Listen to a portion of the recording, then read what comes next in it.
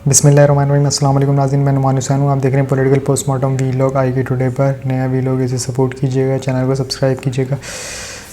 आज की तमाम बहस क्या हुई, इख्तलाफी नोट जस्टिस अतहर मिनुल्लाह साहब का।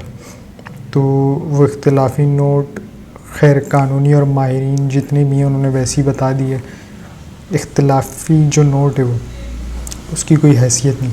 इससे पहले भी जब बेंच बैठा हुआ था उसमें भी इख्तलाफी नोट आए थे। इट डजेंट मीन कि अब उसमें फ़ैसले में शुमार किया जाए। इख्तलाफी नोट अलग है, फ़ैसला अलग है। फ़ैसला वही है जो 5 जजेस ने किया था। जो बेंच बैठा है, जिसने पूरा केस सुना है, सिर्फ वही फ़ैसला काउंट होगा। बाकी जितने भी जजेस थे, पहले 9 रुकनी था ना, 9 से 7 हुआ, 7 से 5 हुआ। जो शख्स बैठे थे, जितने भी मोअज़्ज़ज़ जज 9 के 9, उनमें से 2 गए, 7 बचे। 7 में से 2 गए, 5 बचे। अब इन 5 जजेस ने पूरा from first to last hearing सारी दलाइल सुने, देखे, समझे, फिर फ़ैसला जारी किया। तो फ़ैसला काउंट होगा 5 का, उनका नहीं होगा। उनके इख्तलाफी नोट बिल्कुल होते हैं और हर जज साहब देते हैं।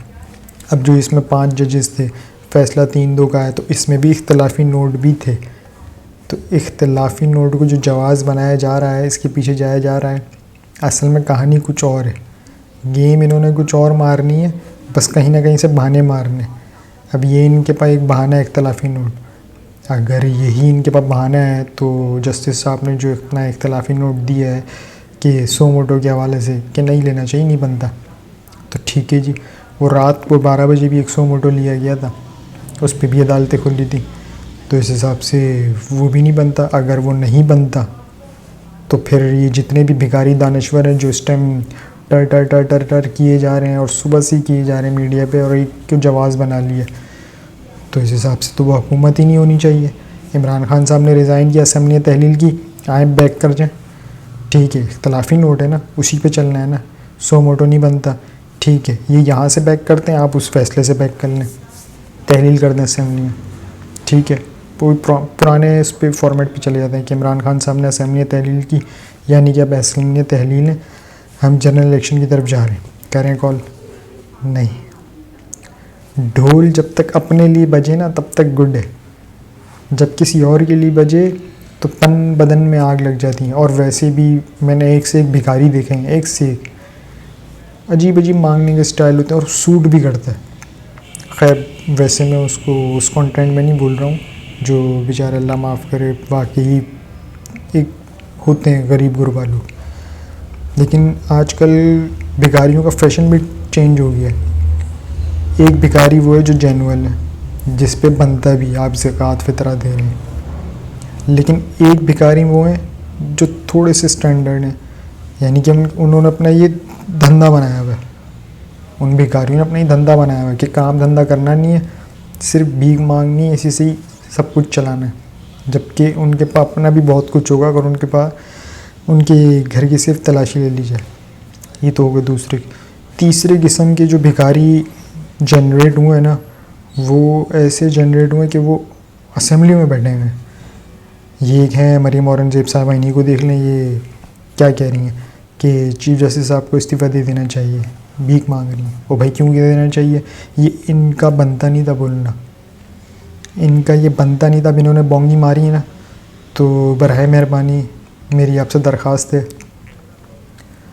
तैयारी पकड़ लें नाअहली की, आप भी फारिग होने जा रही हैं अनकरीब।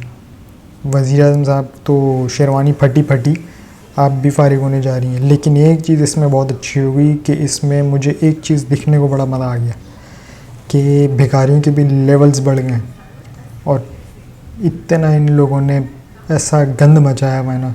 ट्विटर पे आप जाके देखें, सोशल मीडिया पे, तमाम सोशल मीडिया पर एक से एक कैंपेन की जा रही है। क्या रिज़ाइन चीफ जस्टिस साहब, तो भाई कान, आँख, कान, ये सब खोल के ना सुन लो, आंखें खोल के देख लो, कान खोल के सुन लो। चीफ जस्टिस साहब उमर अता बंदयाल इस्तीफ़ा नहीं देने जा रहे।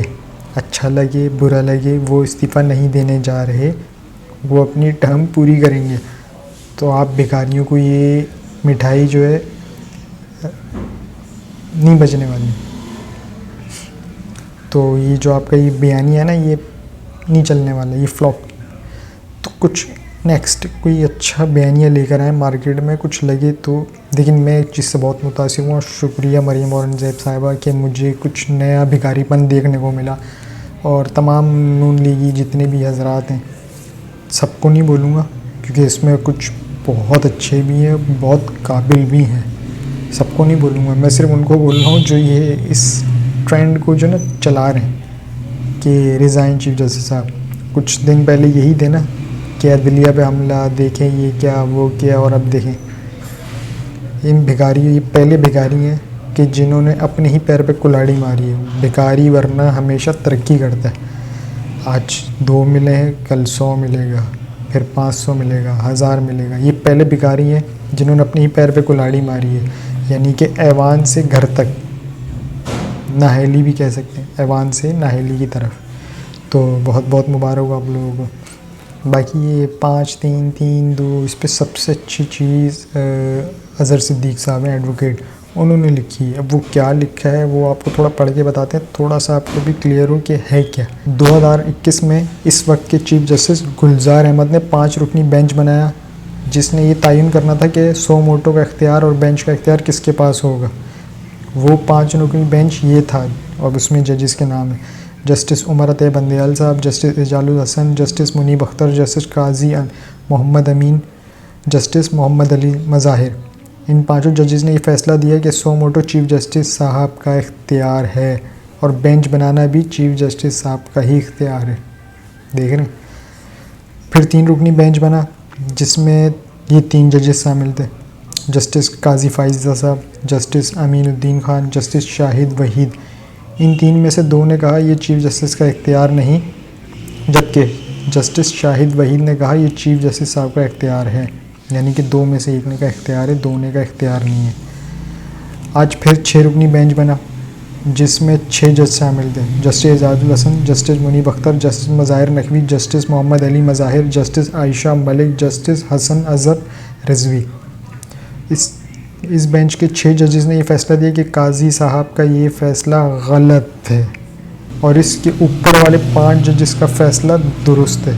तो काजी फ़ाइज़ा साहब का जो आपने नोट देखा था ना, उन्होंने फ़ायर कर दिया था, एक सो मोटो लिया था, यानी कि सवाल गंदम जवाब उसमें चना डाल दिया था। तो फ़ाइज़ा साहब आप मुअज़्ज़ज़ जज हैं, आपको एक रिलीफ़ क्या मिला, आप तो उनको लॉलीपॉप ही लॉलीपॉप देने लग गए। आप आने वाले चीफ जस्टिस साहब हैं, अभी से ही मुतनाज़ा हो जाएंगे तो आगे इंसाफ क्या करेंगे आप। खैर, अब सुप्रीम कोर्ट में इस वक्त टोटल 15 जजेस हैं, जिनमें से 9 जजेस ये फ़ैसला दे चुके हैं कि सो मोटो केस और बेंच बनाने का इख्तियार चीफ जस्टिस साहब का है।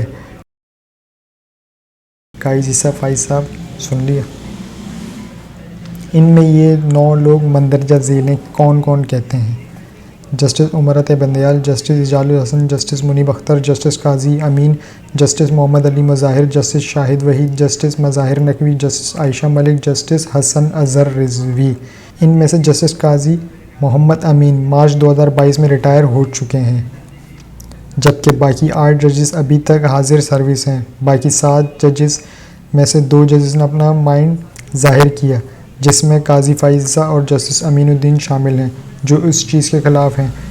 बाकी 5 जजेस ने अभी तक अपना माइंड नहीं क्लियर किया, यानी कि फ़ैसला नहीं बताया कि इनका क्या मौक़िफ़ है। अगर वो पाँचों ये कह देते हैं कि वो काजी फ़ाइज़ा से मुत्तफ़िक़ हैं, तब भी चीफ जस्टिस साहब मेजॉरिटी में हैं, यानी कि सो मोटो लेने का इख्तियार चीफ जस्टिस साहब का ही है। वो जिस तरह से वज़ीर आज़म हेड ऑफ़ द स्टेट हैं, इस तरह से सुप्रीम कोर्ट में वज़ीर आज़म साहब है ना, हेड ऑफ़ द स्टेट, उन्हीं की चलेगी, वही अपॉइंट करेंगे army chief. Head of the state हैं आप फ़ैसले करते हैं। तो सुप्रीम कोर्ट अदलिया का जो निज़ाम है उसमें भी हेड है जो कि चीफ जस्टिस साहब हैं।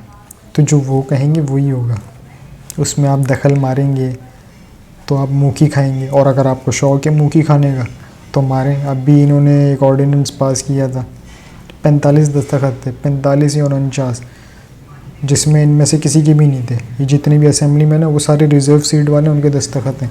क्यों? इनको पता है कि दस्तखत हमारे होंगे, ये जब चैलेंज होगा तो हम फड़क जाएंगे, हम सब फड़क जाएंगे। और मेजॉरिटी भरी भी नहीं थी असेंबली। तो ये तो इन भिखारियों का हाल है। भिखारियों का हाल ये है। और ताने क्या मार रहे हैं, चीफ जस्टिस साहब रिज़ाइन करें, पहले आप बिल तो पास करें, 174 176 जितने भी नंबर हैं ज़रा उनके दस्तखत तो करें, उसके बाद बात करिएगा कि चीफ जस्टिस साहब रिज़ाइन करें, फिर करेंगे। उस दिन भी हमने एक बात की थी, आज फिर एक नई बात। मौलाना फजलुर रहमान के साहबजादे साहब क्या कहते हैं, इमरान खान को कभी पाकिस्तान पर हुक्मरानी के लिए दोबारा मौका नहीं देंगे, दोबारा मौका नहीं देंगे। तो आप कौन होते हैं? Who are you? आप जाके पहले अपने अब्बा जी को संभालें, जो अपने आबाई हल्के से ही हार चुके हैं, वो असेंबली का हिस्सा नहीं है।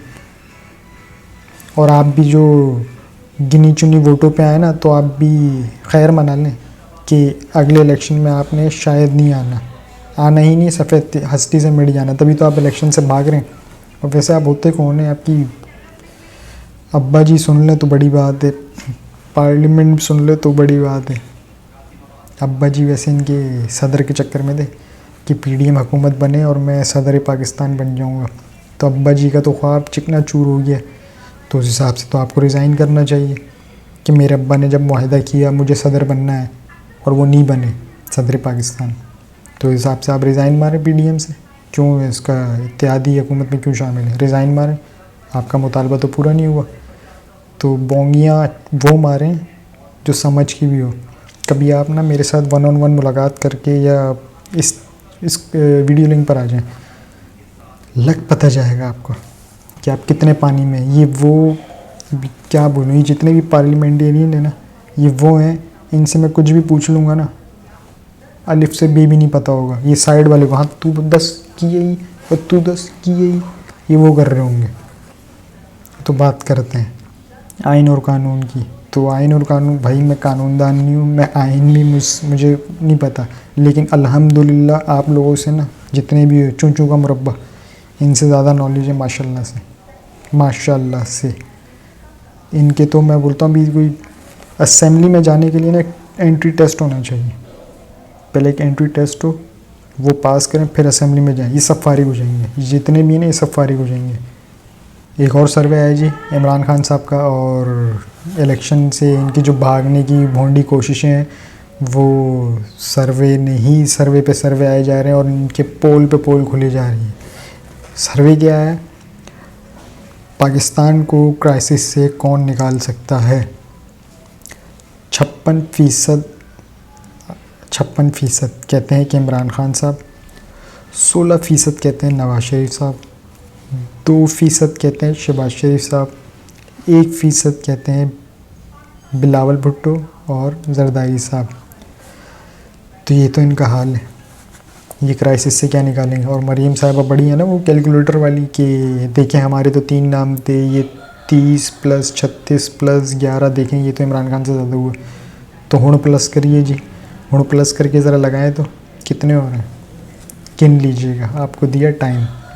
ये थी जी आज की तमाम सूरत। बाकी हमें कुछ बात भी करनी थी मज़ीद, इसकी नेशनल सिक्योरिटी मीटिंग हुई थी उसके हवाले से, लेकिन चूँकि वक्त बहुत ज़्यादा है तो कोशिश करेंगे कि आपसे अगले वीलॉग में उसके बारे में शेयर करें। लेकिन कल जो हमने एक बात आपसे की थी इमरजेंसी की, तफसील थोड़ी सी शेयर की थी, उसी के कंटिन्यू करते हुए आपको हमने ये कहा था कि मार्शल लॉ, कि थोड़ा सा आपको मार्शल लॉ के बारे में बताएंगे।